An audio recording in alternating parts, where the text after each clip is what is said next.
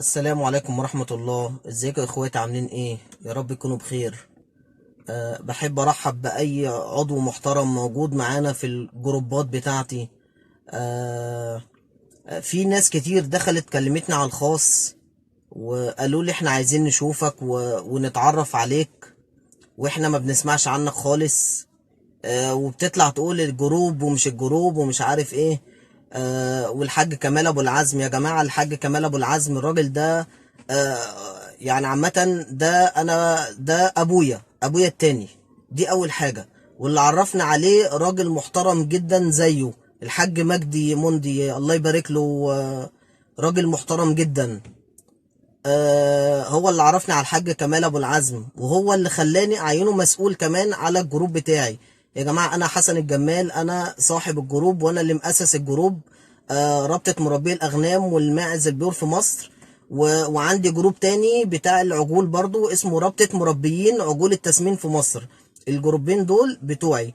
الحاج كمال ابو العزم على راسي من فوق طبعا، والراجل انا بحترمه وبعزه وبتعلم منه. اتعلمت منه حاجات كتير الفترة اللي فاتت دي بصراحة. وانا يعني حتى انا بكلمه على الخاص من كام يوم كده، ما شافش الرسالة بتاعتي. يا ريت لو اللي بيسمعني دلوقتي لو معاه رقم الحاج كمال ابو العزم، يا ريت يكتبوا لي في الكومنت. انا عامه يا جماعه، انا الجروب انا يعني مؤسسه من فتره قليله. وبفضل الله الجروب كبر دلوقتي، بقى من الجروبات اللي هي المهمه، المحتويات اللي على الفيسبوك. والتفاعل عليه حلو. انا كمهنه انا بحب المهنه وبربي عندي كل حاجه، وبنذبح وبنطلع لله كل سنه. فانا يا جماعه حسن، اسمي حسن مصطفى.